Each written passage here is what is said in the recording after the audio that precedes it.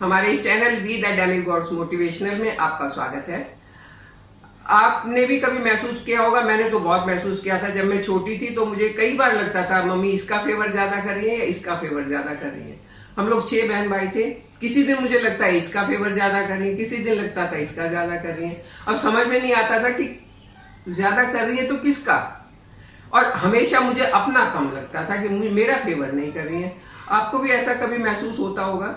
तो इसी से रिलेटेड आज मैं एक स्टोरी आपको सुनाने वाली हूँ, क्योंकि हम जब परिवार में रहते हैं, एक परिवार में साथ रहना, सबके साथ मिलके रहना, ये बड़ों की जिम्मेदारी हो जाती है और वो उसी तरीके से चीजों को हैंडल करते हैं जिसमें हमें कभी कभी पार्शियलिटी नजर आती है, जबकि वो होती नहीं है।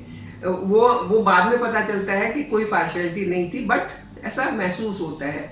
मेरे पास अभी किसी ने एक रिक्वेस्ट भी डाली थी कि एक परिवार में हम रह रहे हैं, लेकिन मेरे दादाजी जो है ना हमेशा मेरे छोटे भाई का फेवर करते हैं। वो गलत होता है तब भी उसका फेवर करते हैं। ऐसी कोई बात नहीं होती, फेवर नहीं करते हैं क्योंकि वो सबसे बड़े हैं, उनकी रिस्पॉन्सिबिलिटी है घर को बाइंड करके रखना। तो वो सिचुएशन के हिसाब से अपना काम करते हैं, अपना निर्णय देते हैं, या आपके साथ बात करते हैं, आपके भाई के साथ बात करते हैं। तो चलिए इसी से रिलेटेड एक स्टोरी मैं सुनाती हूँ। 2 दोस्त थे, राम और श्याम। किसी काम से शहर जा रहे थे, लेकिन रास्ते में जाते जाते बहुत थक गए, तो एक मंदिर के वहां पर सीढ़ियों पर बैठ गए। चलो थोड़ा रेस्ट कर लेते हैं, फिर आगे जाएंगे। अब वहां बैठ के वो बातें कर रहे थे। इतने में एक मुसाफिर और आया उनके पास, और वो भी आके बैठ गया। इधर उधर की बातें करने लगे, भाई कहाँ जा रहे हो, किस लिए जा रहे हो, क्या व्यापार करना है, क्या करना है। और ऐसे बातें करते करते शाम हो गई। अब उन्होंने सोचा कि इतनी रात को तो अब हम कहाँ जाएंगे, यही मंदिर के आंगन में सो जाते हैं और सुबह देखेंगे क्या करना है। तो जो तीसरा आया था व्यक्ति, उसका नाम था मोहन। तो मोहन ने कहा भाई मुझे तो बहुत तेज भूख लगी है, पहले तो ये देखना पड़ेगा कि क्या खाएं और कहाँ जाके खाएं। तो राम ने बोला मेरे पास 3 रोटियां हैं, मैं अपने घर से लाया था, वही खा लेते हैं। तो श्याम ने कहा अरे 5 तो मेरे पास भी हैं, तो मिलके हम वही खा लेते हैं। 5 और 3 हो गई 8 रोटियां, तो कोई दिक्कत नहीं है। अब तीसरा जो मोहन था वो कुछ नहीं लाया था। तो अब ये सोचने लगे कि 5 और 3 8 रोटियों को हम कैसे डिवाइड करें कि सबको इक्वल इक्वल मिल जाए, किसी को कम या किसी को ज्यादा ना मिले, और सब उनको आराम से खा लें। अब कुछ नहीं समझ में आया। थोड़ी देर सोचने के बाद तो राम ने एकदम से कहा कि क्यों ना हर एक रोटी के हम 3 टुकड़े कर दें। इस तरीके से हर रोटी तीनों को एक एक टुकड़ा मिलेगी, और 8 रोटी के जब इस तरीके से 24 टुकड़े होंगे तो सबको 8 टुकड़े मिल जाएंगे और हम खा लेंगे उसे आराम से। और यही बात बाकी दोनों को भी काफी अच्छी लगी। हाँ ये तरीका ठीक है, बिल्कुल इक्वल डिवाइड हो जाएगा और हम सबका पेट भी भर जाएगा, किसी को कम ज्यादा भी नहीं मिलेगा। उन्होंने अपनी रोटियां इसी हिसाब से तोड़ी और उनके टुकड़े करके तीनों ने 8 टुकड़े खा लिए। पानी वानी पिया और रात को वहीं पर सो गए, गप्पे लगाते रहे, फिर सो गए। जब सुबह उठे तो मोहन ने कहा भाई मुझे तो दूसरे रास्ते जाना है, आपका रास्ता अलग है, तो मैं तो चलता हूं। उन दोनों ने मोहन को बाय किया। तो चलते टाइम मोहन ने 8 गिन्नियां अपनी जेब से निकाली। गिन्नी होती है, गोल्ड कॉइन होता था पहले पुराने टाइम में, तो वो 8 निकाली और राम के हाथ में रख दी कि आप लोगों ने मुझे खाना खिलाया, मेरे को इतने अच्छे से ट्रीट किया, तो मेरी तरफ से ही आप दोनों के लिए तोहफा है। और वो चला गया। अब उन्होंने देखा कि उनके हाथ में 8 गिन्नियां थी। एक बार तो राम ने कहा कि चलो ठीक है 8 मिल गई हैं, दोनों जने बांट लेते हैं, 4 तुम्हारी 4 मेरी। तो श्याम एकदम से बोला क्यों भाई, तुम्हारी तो 3 रोटियां थी, मेरी तो 5 रोटियां थी, मतलब मेरे पास ज्यादा रोटियां थी, तो मुझे ज्यादा हिस्सा मिलना चाहिए। और इस बात पर जो दोनों दोस्त कल से बैठे हुए थे उनमें आपस में तू मैं हो गई। राम कह रहा था कि 4 लेनी है, श्याम कह रहा था कि तुम 3 लो क्योंकि तुम्हारी 3 रोटी थी, मैं 5 लूंगा क्योंकि मेरी 5 रोटी थी। अब फैसला नहीं कर पाए, बात बढ़ गई। तो इतने में देखा अंदर से पुजारी जी बाहर आ रहे थे। तो कहा कि पुजारी जी ऐसा है कि हमारे पास 8 गिन्नियां हैं और ये हमारी पूरी कहानी है, तो हम इनको कैसे बांटे, आप ही बता दो। अब पुजारी की भी समझ में नहीं आया। पुजारी को दोनों की बात सही लगी कि भाई तुम दोनों दोस्त हो, आधी आधी ले लो। या दूसरी बात भी सही लगी कि एक जना उसकी रोटी कम थी तो वो कम ले ले, जिसकी ज्यादा थी वो ज्यादा ले ले।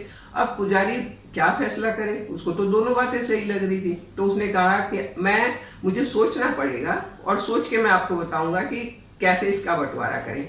और कल आना मेरे पास, आज आप यहीं रुक जाओ, कल मैं इसका बंटवारा आपको बता दूंगा और कल आप इसको लेके चले जाना। ठीक है, दोनों जने बैठ गए। अब पुजारी जब रात को सोया तो पुजारी तो इसी दुविधा में था कि मैं कल फैसला क्या दूं, मुझे तो सही से समझ में नहीं आ रहा। तो उसे भगवान दिखे सपने में, और जैसे वार्तालाप, क्योंकि वो उसके सबकॉन्शियस माइंड में था कि कैसे इसका फैसला करना है, तो उसके माइंड से वो एकदम से उसको ऐसा दिखाई दिया कि कोई आमने सामने उससे बात कर रहा है। तो उसने कहा भगवान ऐसा है कि इस तरीके से मुझे ये गिन्नियां बांटनी है और ये पूरी कहानी है, तो मैं कैसे बांटू, किसको कितनी दूं। भगवान ने कहा इसमें क्या है, राम को 1 दे दो और बाकी दे दो शाम को। पुजारी हैरान कि राम को 1 दे दूं, कैसे भगवान मुझे समझाओ कि क्या पूरा माजरा क्या है, कैसे मेरी तो समझ में नहीं आया। तब भगवान ने उसको बताया कि देखो उसके पास 3 रोटियां थी, 3 रोटियों के 9 टुकड़े हुए, 3-3 टुकड़े किए, 9 टुकड़े हुए। उस 9 में से 8 तो उसने खुद ही खाए। उसने दान कितना किया या दूसरे को कितना दिया, सिर्फ 1 टुकड़ा।